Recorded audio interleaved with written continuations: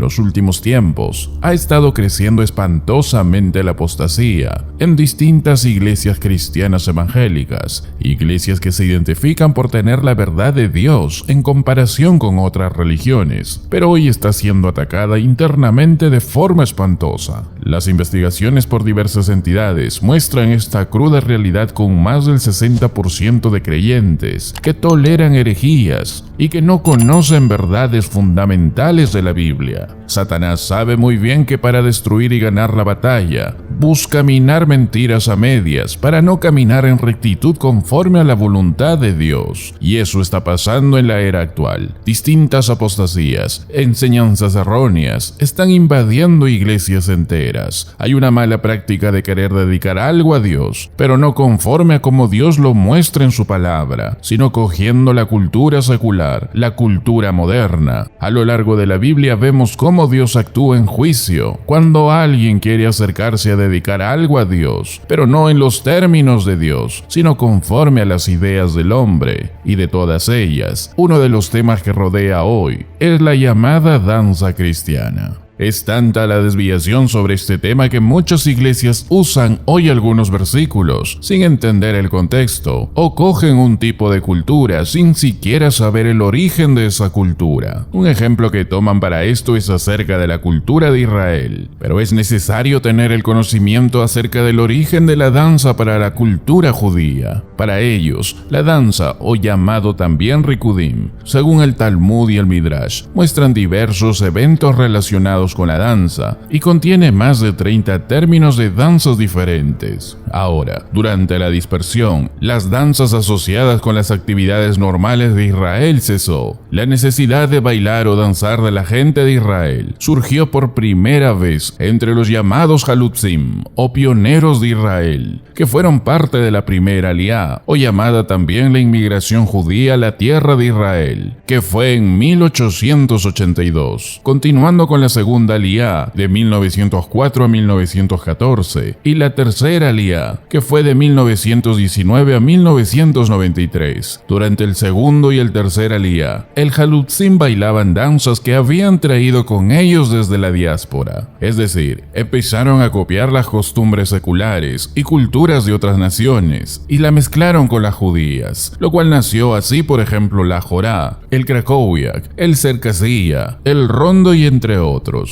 Con el jorá, por ejemplo, que se convirtió en un baile nacional para Israel. Otros bailes populares israelíes fueron creados como forma de contribuir a crear una nueva cultura de Israel en la tierra de Israel, que combinó elementos de otras culturas seculares de todo el mundo con respecto al baile con la música, pero para muchos judíos ortodoxos no se pasaban al límite de la sensualidad, los hombres en un lado y las mujeres en otro lado, pero sin sujeciones o coreografías sensuales. La mayoría de los bailes fueron aceptados por jóvenes y ancianos que fueron pioneros en el Aliyá, pero ya era una mezcla entre otras culturas y la cultura judía, lo cual era distinto a las danzas del Antiguo Testamento. Como vemos, no ha sido la esencia bíblica de la danza, sino una mezcla cultural, algo similar que hoy la iglesia evangélica está haciendo, trayendo música y danza de culturas paganas, pero pasándose de límite, como en el caso del reggaetón, la salsa, el metal, el trap, etcétera, etcétera. Ahora, la Biblia nos enseña algo interesante acerca de las danzas. El Salmo 150 nos dice que bailemos al Señor, pero la danza folclórica hebrea de aquel entonces, en tiempos bíblicos, estaba muy lejos de la danza sensual de nuestra cultura moderna. Las iglesias abandonaron hace mucho tiempo el baile aún desde el tiempo de Cristo. No se registra una danza dentro de las sinagogas. Siglos después tampoco existe ningún registro. En la era de la Reforma, en los años 1500 en adelante, tampoco se registra ninguna danza. Curiosamente, este movimiento apareció con las enseñanzas heréticas del siglo XX, fomentada por las peores iglesias carismáticas y neopentecostales que nacieron en esta época hasta la actualidad. La iglesia no creció a lo largo de la historia en un ambiente de danzas y bailes. El baile desaparece cuando llegas al Nuevo Testamento. Ni siquiera siquiera tenemos a nadie refiriéndose al baile en el Nuevo Testamento. No escuchamos a nadie bailando en la iglesia primitiva. Están hablando al Señor, están hablándose a sí mismos en salmos, están hablándose a sí mismos en himnos, en cánticos espirituales, pero no en ninguna clase de danza. Están tocando instrumentos, pero no hay baile. A lo largo de la historia la sociedad ha cambiado, la cultura ha cambiado, y el baile en la iglesia no sobrevivió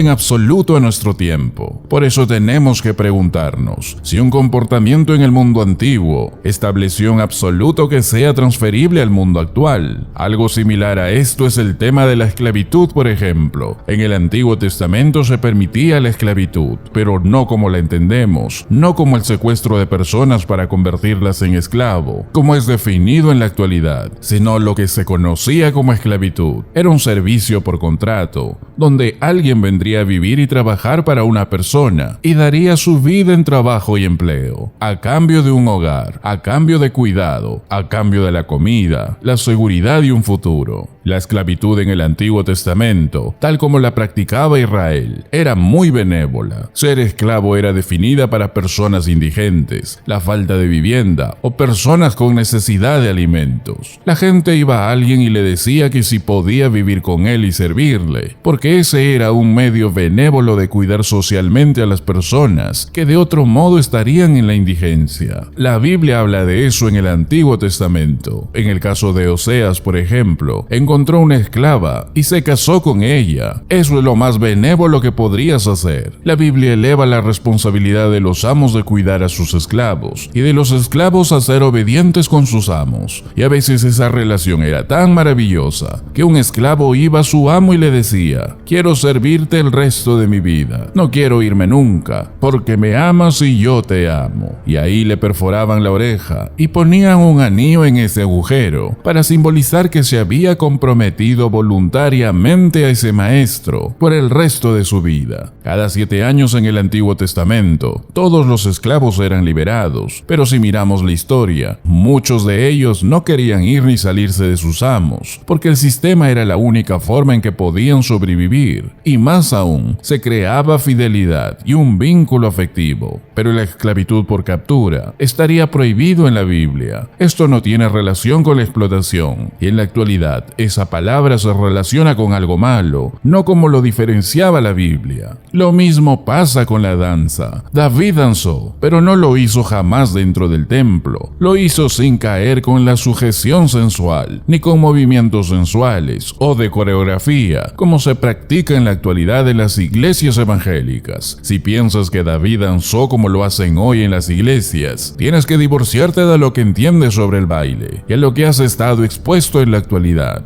La Biblia no habla de danzas de parejas, no habla de ninguna forma de baile que verías en nuestra cultura secular. No estamos hablando de nada inmoral, nada carnal, nada con matices sexuales o de exposición al frente de mujeres, a vista de toda la congregación, hombres y mujeres mirando, viendo sus movimientos de caderas. No era nada de eso, sino una expresión de gozo piadoso. La danza se contrasta regularmente en las escrituras con otra cosa, y eso es el luto. En el libro de Eclesiastés, por ejemplo, dice que hay un tiempo para bailar y un tiempo para llorar. El luto era cilicio, era cansancio, ceniza, era humillación. Y lo contrario sería la alegría, la exuberancia en la expresión de la danza. En la Biblia se utilizaba una danza o baile para celebrar la victoria militar. Por ejemplo, encontramos a Miriam, la hermana de Moisés, bailando y dirigiendo a las mujeres de Israel en la danza y tocando la pandereta. En Éxodo 15 estaban celebrando el ahogamiento del faraón en el Mar Rojo y la liberación del pueblo de Israel. Todas las mujeres saltaban y tocaban sus panderos y se regocijaban con gran alegría, gran alegría. Encontramos repetidas referencias a cómo danzaban las mujeres, por ejemplo, para celebrar la victoria de Saúl, las victorias de David sobre los enemigos de Dios. En Jueces 21, las mujeres bailaban o saltaban sobre la celebración de la cosecha, saltando y tal vez agitando los brazos en el aire y tropezando y saltando en el aire para mostrar su gran alegría, su gran gozo. Ahora, algo bastante interesante que nunca debemos olvidar. La danza no está particularmente registrada en las escrituras como usada para la adoración en Israel.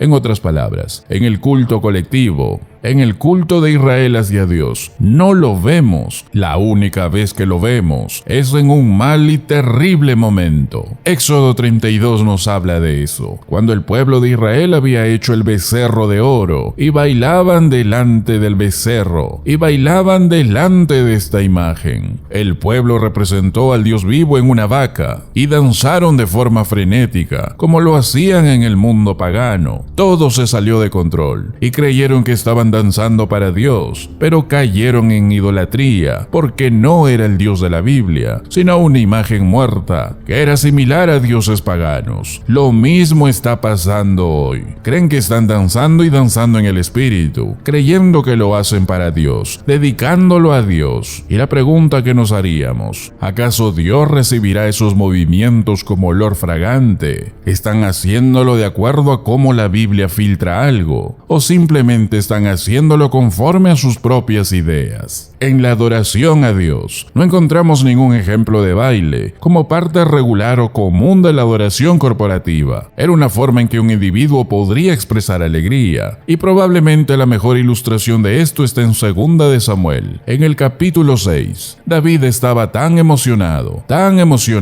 cuando el arca de Dios vino y fue entregada. Estaba tan exuberante que dice que bailó delante del Señor en un efod de lino. ¿Y qué era este efod? Era solo una capa de lino simple. Él solo vestía un traje de lino sencillo. ¿Y por qué su esposa hizo un problemón acerca de esto? Porque él era el rey y normalmente vestía ropas reales. Normalmente tenía todos los adornos de la realeza, pero simplemente se despojó de todos sus atavíos y bailó ante el Señor con el efod de lino, la vestimenta común que identifica a una persona común, a cualquier persona. Su esposa Mical, que era una gran escaladora social, lo vio bailar, y dice la Biblia que lo menospreció. Ella lo despreciaba. Lo que le molestó fue que él se humillara de esa forma. A ella no le gustaba a menos que tuviera puesto todo su atuendo real. Ella mostró ese orgullo, pretendiendo ser de la alta élite, despreciando la humildad y sencillez de David haciendo eso. Y ella no creía que fuera apropiado que el rey simplemente saliera y se vistiera como una persona común y simplemente saltara para que todos lo vieran. Ella se estimaba como la más fashion de Israel, y era inimaginable que su esposo ande con esos harapos en medio de todo su pueblo. Y dice la Biblia, saltaba delante del Señor. Es decir, estaba tan lleno de alegría que solo se reflejaba en su expresión corporal. Y él dijo en 2 de Samuel 6, me humillaré y mostraré mi gozo y mi agradecimiento al Señor porque es justo. Y entonces Dios maldijo a su esposa para que nunca tuviera un hijo hasta el día de su muerte. Ella fue maldecida por condenar a David por danzar en humildad ante el Señor. Ese fue un evento bastante sagrado que terminó en una maldición sobre alguien que lo despreciaba, no por la danza en sí, sino por el orgullo y soberbia frente a la humildad e inocencia reflejada que produjo adoración. Fue una especie de expresión sagrada de alegría, expresado en una danza, en la que está tan lleno de alegría que todo sale en alguna expresión física.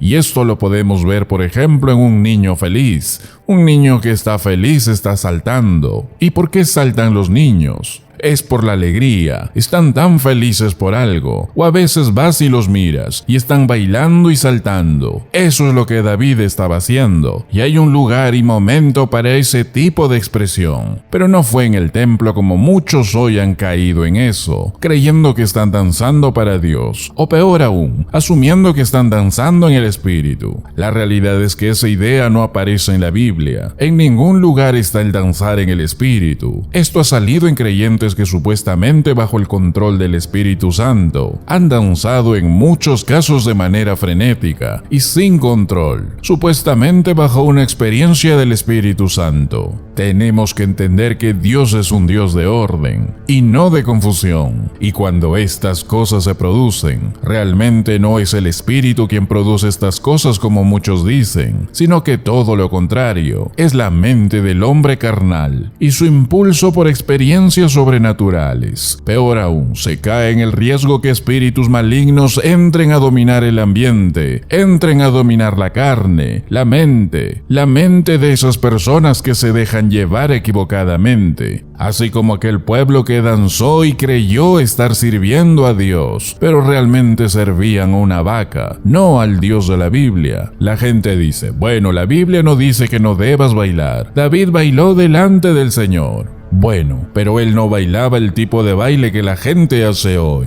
Hagámonos la pregunta, ¿acaso estoy abogando por el baile y la danza porque sé que me edificará espiritualmente? Porque sé que no es un bulto innecesario, porque sé que es muy importante para mi progreso espiritual. ¿O es acaso que estoy deseando hacer eso en nombre de la libertad, pero el verdadero motivo es mi propio deseo lujurioso? Tenemos que llegar al motivo y hacernos la verdadera pregunta, y debemos de ser conscientes y de poder entender que dedicar algo a Dios, adorar a Dios, siempre será conforme a la verdad de su palabra.